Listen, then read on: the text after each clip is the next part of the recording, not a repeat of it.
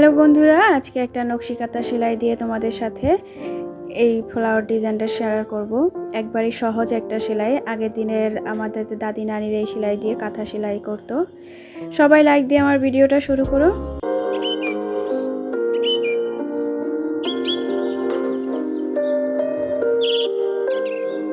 Hello বন্ধুরা, আসসালামু আলাইকুম। লামিজ ডিমে তোমাদের সবাইকে স্বাগতম। দূর দূরান্ত থেকে যারা আমার ভিডিওটা দেখতেছো সবাইকে জানাই অসংখ্য ধন্যবাদ।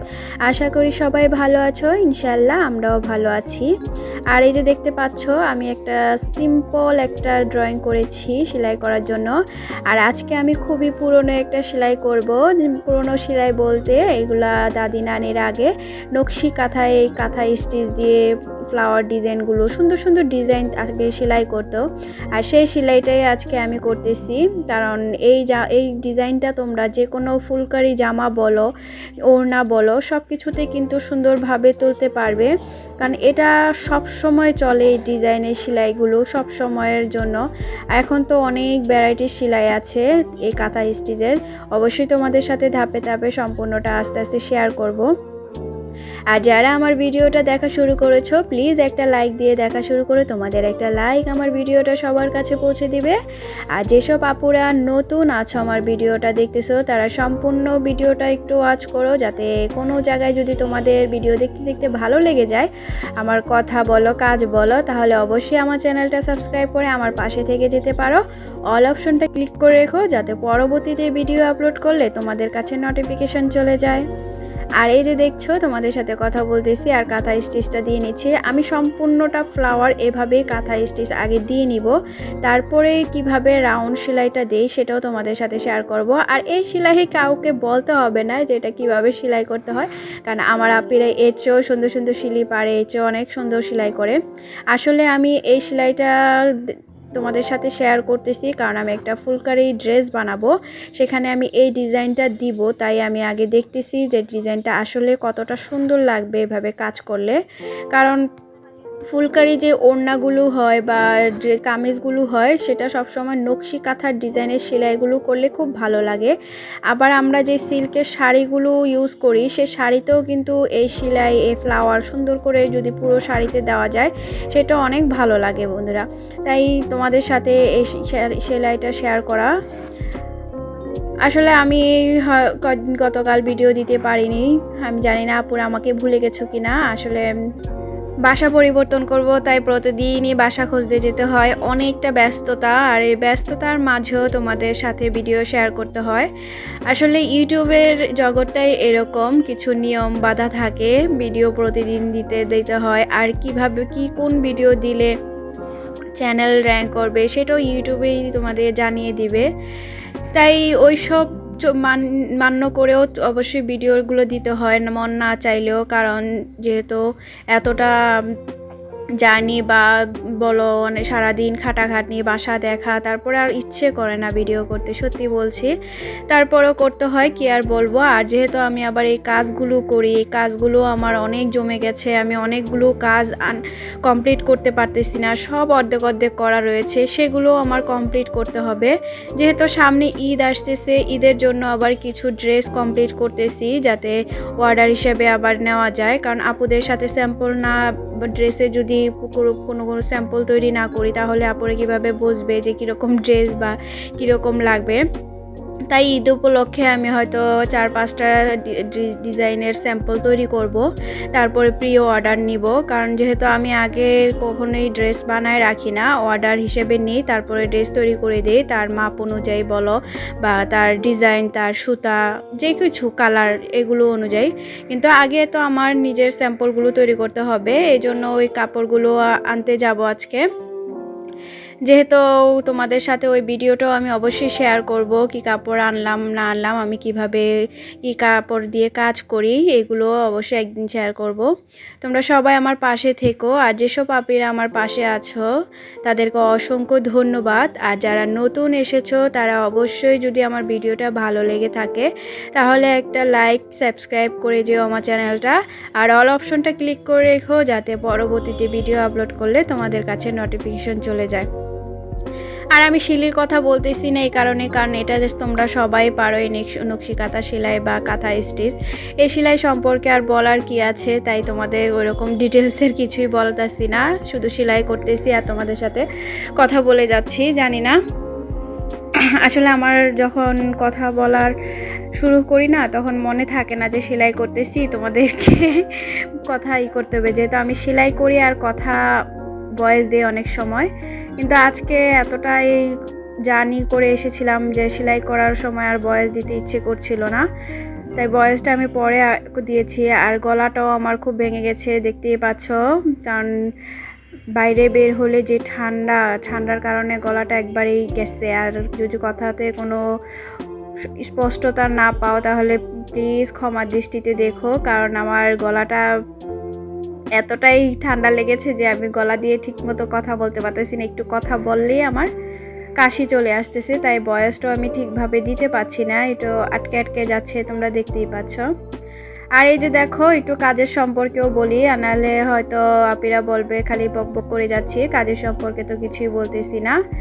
দেখতেই পাচ্ছ আমি পুরো পাতাতে আমি কাঁথা স্টিচ দিয়ে বরট করে দিকে যাচ্ছি, রাউন্ড যেভাবে পাতা শেপ দিয়েছি ঠিক সেভাবেই, মানে পাতা না সরি ফ্লাওয়ারটা। আর এই যে ফ্লাওয়ার এভাবে আমি সম্পূর্ণটা ভরট করে যাব, তারপরে ফ্লাওয়ারের চারপাশে আমি কিভাবে দেই সেটাও তোমাদের সাথে দেখাবো, সঙ্গে থাকো, দেখতে থাকো।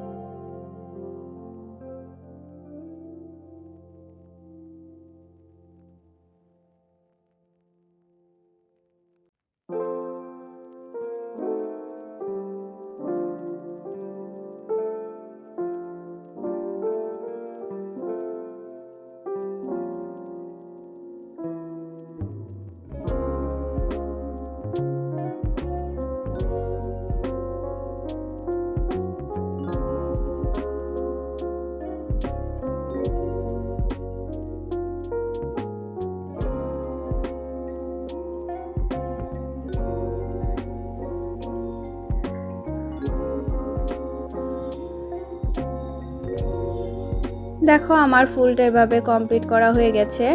এখন আমি যেই সাইডে যে কাঁথা স্টিচটা দিয়েছি সেটার ভিতর দিয়ে আমি সুতাটা জাস্ট রাউন্ড করে নিয়ে যাব, এই যে দেখতেই পাচ্ছ এভাবে, জাস্ট যেই দিক দিয়ে ঢুকাবা ঠিক সেই দিক দিয়ে, মানে একইভাবে বাইর সাইড থেকে এভাবে রাউন্ড করে যাবা, এতে কি ফুলের ডিজাইনটা সুন্দর দেখা যাবে আর কি, কাঁথা স্টিচের ভিতরে এরকম শিলিটা দিলে। আর এভাবেই আমি সম্পূর্ণটা করে যাব।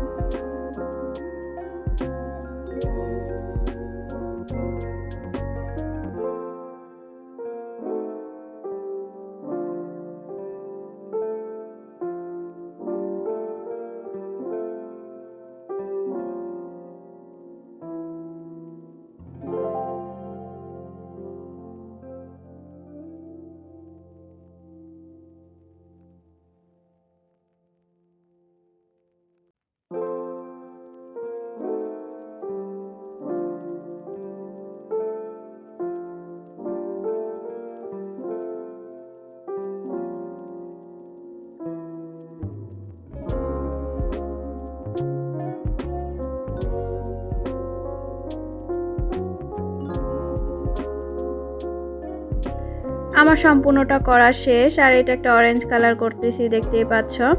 এখন আমি যে পাতার ডিজাইনটা দিয়েছি ওই ডিজাইনটা আমি সবুজ কালার সুতা দিয়ে করব, একই সেলাই, সে কাঁথা স্টিচ সেলাই দিয়ে তারপরে ভিতর দিয়ে সুতাটা আমি রাউন্ড করে নিয়ে যাব। কিভাবে করতেছি দেখতে থাকো।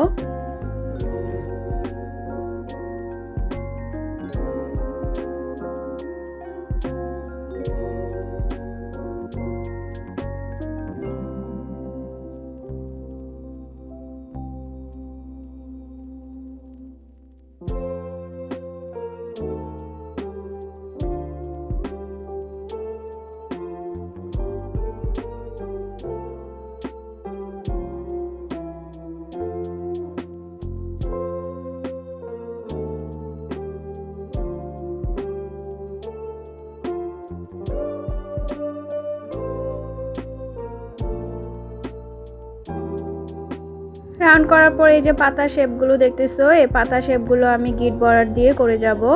দেখতে একটু সুন্দর লাগবে আর কি। তোমরা চাইলে যে কোনো বর্ডার দিতে পারো, কোনো সমস্যা নাই। আমি গিট বর্ডারটা ইউজ করতেছি আর এইভাবে সম্পূর্ণটা গিট বর্ডার দিয়ে করে যাব।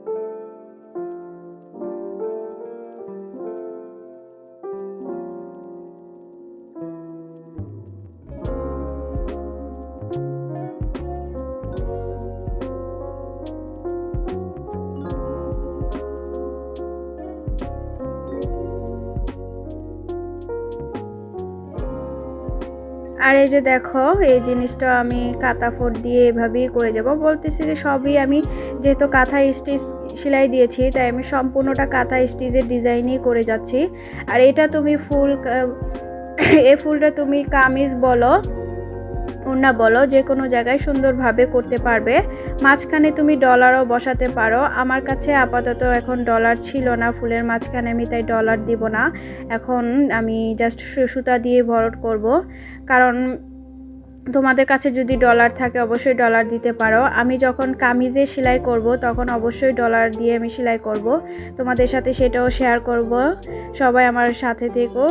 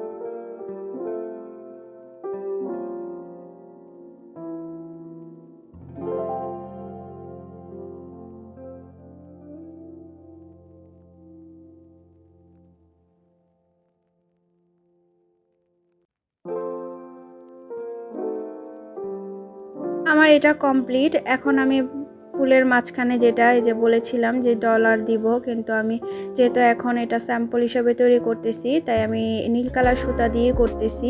তোমরা চাইলে ডলার বসাতে পারো। আর ডলার ছাড়াও দেখো সুন্দরই লাগতেছে, খারাপ লাগতেছে না। যাদের কাছে ডলার থাকবে না তারা অবশ্যই এভাবেই করতে পারো। আর যদি আরেকটু বেশি সৌন্দর্য চাও তাহলে অবশ্যই একটা করে ডলার লাগিয়ে দিতে পারো, 7 নাম্বার সাইজ যেটা। আজকে এ পর্যন্তই। সবাই ভালো থেকো, সুস্থ থেকো। আল্লাহ হাফেজ।